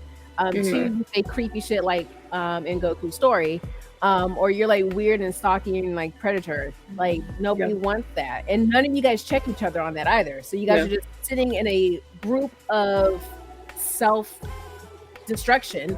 And then wondering why you don't get the Blerd girlfriend or Blerd wife or please believe we've pointed you out to the rest of the crew. We have pointed your crew out to the rest of the crew, and none of us are going your way. Yeah, and this, bros. Wait, but Skip, before you go, I'm sorry. Before you go, can you share any attributes of when there's a blerdy woman that's not, like when she's being mean or rude? Have you ever had a situation like that? Do you mind sharing so we can have the equal balance of perspective? Oh yeah, I've run into that a couple of times. You know, I just went up to slave, talk to her, to say, "No, just get away from me. You're a creep." And then anything I said, "Hey, you're attractive." That was it. And she just came. Her friends came up and she grabbed her friends and she's like, "I can't stand these creepy dudes." I'm looking like that was just a compliment. So I just walked off and left her alone. And that was the end of that, because I don't pursue, I don't follow. I say, hey, if she feel uncomfortable, that's on her. I had no ill intent towards her. That's all. That's it. Compliment. That's it. It was another one where I was trying to tell, funny story, but I was trying to tell this woman cosplayer. Cosplayer was on point. But the thing about it, she had a piece of tissue stuck to the bottom of her boot. So I'm going to tell her, excuse me, say, leave me the fuck alone. I don't want to talk to you. I'm sorry for laughing. I said, but I just want to tell you that you got a piece of tissue on the bottom of your cosplay. That's it. And I just walked off. And that was it. That's all. Because if I do, at the time when I was single, if I was looking for, I was going to take my time. I wasn't going to rush it. I was going to, do nothing telling you that, have you seen my warrant? None of that. That shit is fucking creepy. So I'm gonna tell that story, by the way, if I can. But it's a podcast. Share the podcast. Come on, listen. You already heard. You heard how we talk. Tell it. But I'm just saying. But I found my Blerd queen, and at the time I was looking. I knew what I was looking for, and it wasn't going off of the looks. I go for the personality. If you got a good personality, if you could act like me, if you could be silly and goof me in public, hey, we are already halfway there. And granted, the blessings come behind it. If you got a nice size breast, if you got ass, that's an added bonus, because I wasn't even paying attention to that. But by me looking at you, your personality, how you treat other people, how you carry yourself, that's what I look for. And if a woman tells you no, take it with a grain of salt and move on. It's okay to be rejected. It is okay. It's perfectly fine, because everybody's not gonna be your cup of tea, and you're not gonna be their cup of tea. There's somebody out there for everybody. You just have to keep looking, keep being yourself, and just relax and just take your time. It's not a race. Because who I'm with now, it took us 3 years to find each other. The first time we met, because I'm a part of fraternity, I'm part of Phi Beta Sigma Fraternity Incorporated. It's a Black Greek letter organization, and she's in Zeta Phi Beta. And we met at UAB. It was at a probate. At the time, she was very attractive, and I said, I like it. She said, well, I'm sorry, I got a boyfriend. I was like, okay, cool. And maybe the third year, I was hosting a panel, and she was at this convention, and she was videotaping. And I remember her face, And she was like, "Yeah, that's my frat." That I looked over and said, "Oh, that's you." And we just started talking and everything. She said, things didn't work out, and we just had a good conversation. We had traded numbers, went on a date, and that was it. And I just found out, like, when I went to pick her up, she had an Inuyasha shirt on. I was like, "Okay, so you went to anime." A woman of culture. I don't understand why. Yeah, I need to figure out why y'all like Inuyasha so much. Just help me out, because what about him is kind of like. In short, he has white hair. Already won already. Number 2, he's a hothead, but he's a hothead in the sense of like, I'm gonna protect what is mine and what I care about my friend. Okay, it's the passion. 2, he be having attitude, but it's attitude that be like, oh, he's spicy and not like I want to punch you in the throat attitude. Like it's a sexy asshole is what I like to call it. Yes, sexy asshole. First of all, no, his brother is a sexy asshole. That's his brother. His brother is a sexy asshole. His brother is a sexy asshole. Is a brat. Okay. Inuyasha is a brat. A brat. Yeah, he's a brat. He's stubborn. He's stubborn and. But his brother is an asshole. Inuyasha's a brat, but then also the fact that he's like, hey, I want to be full demon, but he is half human, and realizing he found love in a human girl was just like, it softened him. So you're like, self-reflection, self-reflection and accountability. Yeah. But I will say this, your daddy can get it too, okay? They all got the white hair looking good and everything. But that's besides the point. And I'm just gonna put something out there. The ears kind of maybe do something. Yes. This is oh, hi, hello. You're right about all of your points on Inuyasha. Your daddy. Thank you. Yeah, I had to throw in the ears. The ears too. I wasn't expecting that, but the ears did something. I will say this. I know it's his necklace, but if I tell a man to sit, boy. Okay. All right, then fair enough. Okay, I got you. Okay, look, you right after I tell you to sit, I'm wrapping my leg around your shoulder. Like, this is not a Coochie and Kinks episode. But well, I did want to say this before Inuyasha. A lot of Blerd women too are, and I say this with love, are bitches too. Like in a mean way. Like, I have all these followers, I have all these amazing cosplays. You don't stand up to me, is what it comes off as. And then they be single and lonely too. So we don't want to. It goes both ways. On the bottom of you don't have to be a bitch when somebody approaches you. You can say no in a nice way. Yeah, you can let somebody down. You can have a conversation and just say. You could just say, look, I'm not in a place for this right now, but I definitely don't mind exchanging, Instagrams with you. That's cool with me. Being polite, because I agree, Trent. A lot of people, like I said, just because somebody likes anime and they're a woman and they're beautiful does not mean, just because a girl is a nerd does not mean she won't be mean. It don't mean that she won't play you. It does not mean that she won't cheat on you. So you guys have to also, what Trent said earlier about getting the idealized thing about a person out of your mind, take that out of your mind, and look at that personality, and call your friends out. If your girlfriend is mean, tell her, like, are you sure you're not, because I've noticed that you have had a trend of being weird, and every time something happens it's always with you, so like, is there something going on? You call them out on it, but you can always just ask like a straight out simple question, right? Because you don't know, you can't always maybe read into what's going on in the person's mind. So when you see something, you can always just be like, why did you react like that? Or what made you think that? Like, why did that happen that way? And then let them explain, because maybe what you were thinking is not necessarily what, they were trying to communicate. Maybe they thought they were doing okay, and actually it came off a different kind of way.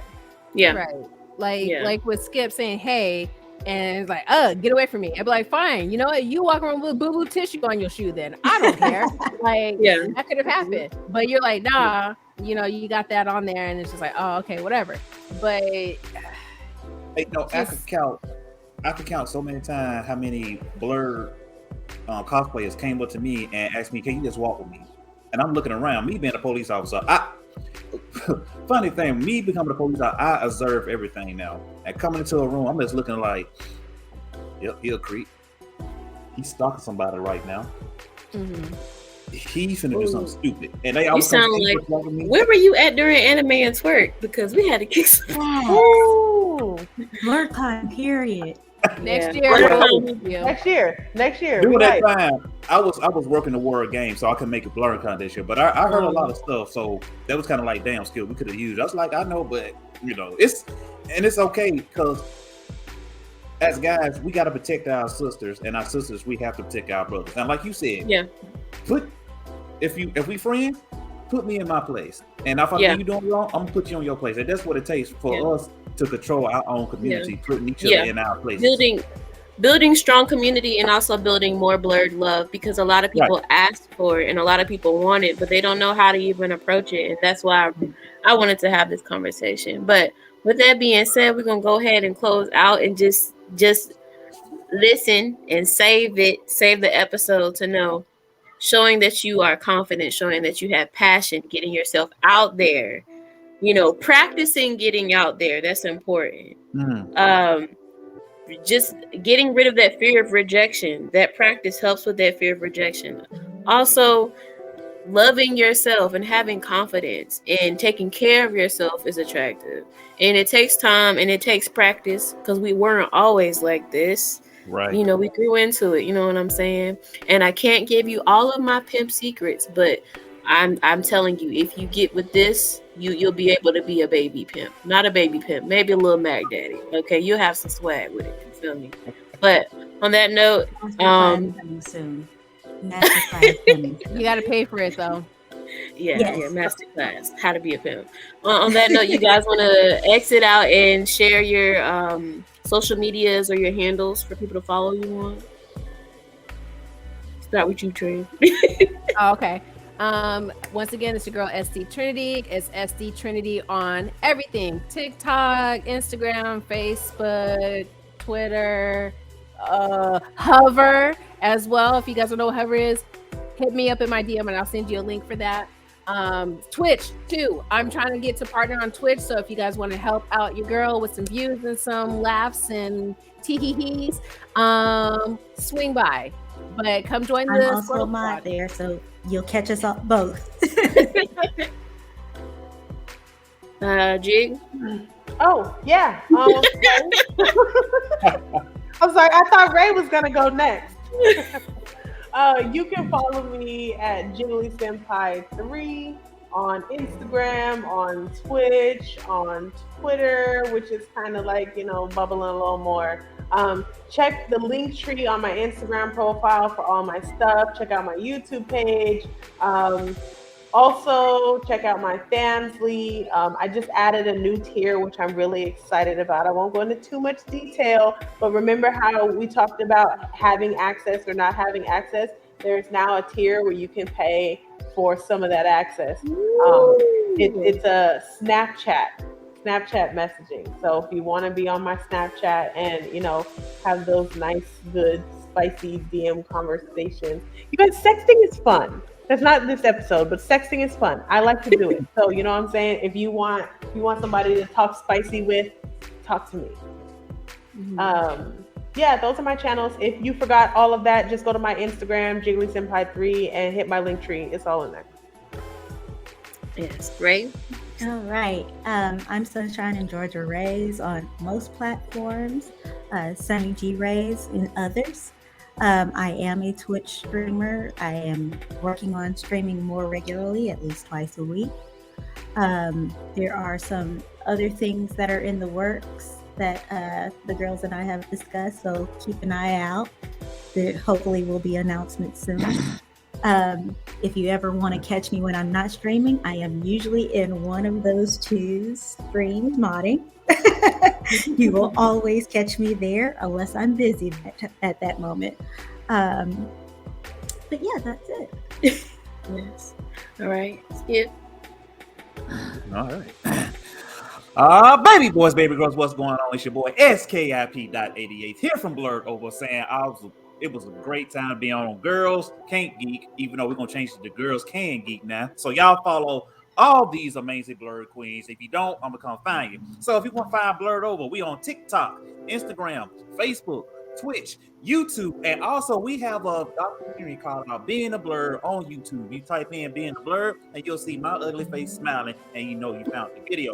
Also, we are still doing community service projects. So if you want to donate to the back to school drive, which is going to be August the 8th, you can hit the link, pick anything off the back to school drive list because anything counts. We're going to send the little Blerds back to school in the right way. And I close my stuff. WTW, what's the word? Say it with me. UNITY.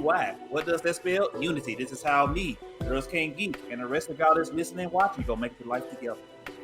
And on that note, we're going to close out. That was amazing. We're going to close. I'm like, I don't even want to share my social media. I just want to close out. Show your social media so people can find you. I need to come up with the whole, what's up, it's your girl Goku's God Cousin. It's over 9,000 on episode 6. Goku will continue powering up. And I don't know. I'm gonna think of something. I'm gonna think of one. Damn, that was nice. Should I go with quirky? Should I go with Negro spiritual, or should I like be sexy? I don't know. I want should I do inner ancestral Negro personally? This is Goku's God Cousin. Still I rise, and I approach, and I become a woman. For the longest time, I wondered, how would I get a Blerd man? And I listened to Counsel culture, and I became a pimp. I don't know. I'm gonna figure something out. Follow me on Instagram. Follow me on IG at Goku's God Cousin. Send me $1 on Cash App, Goku's God Cousin. Follow me on TikTok at Goku's God Cousin. I love all of you guys. Embrace yourself. Remember to have that dialogue, call your friends out on their bullshit, and get out there and practice. I love you guys. Peace. Bye. Until I rise.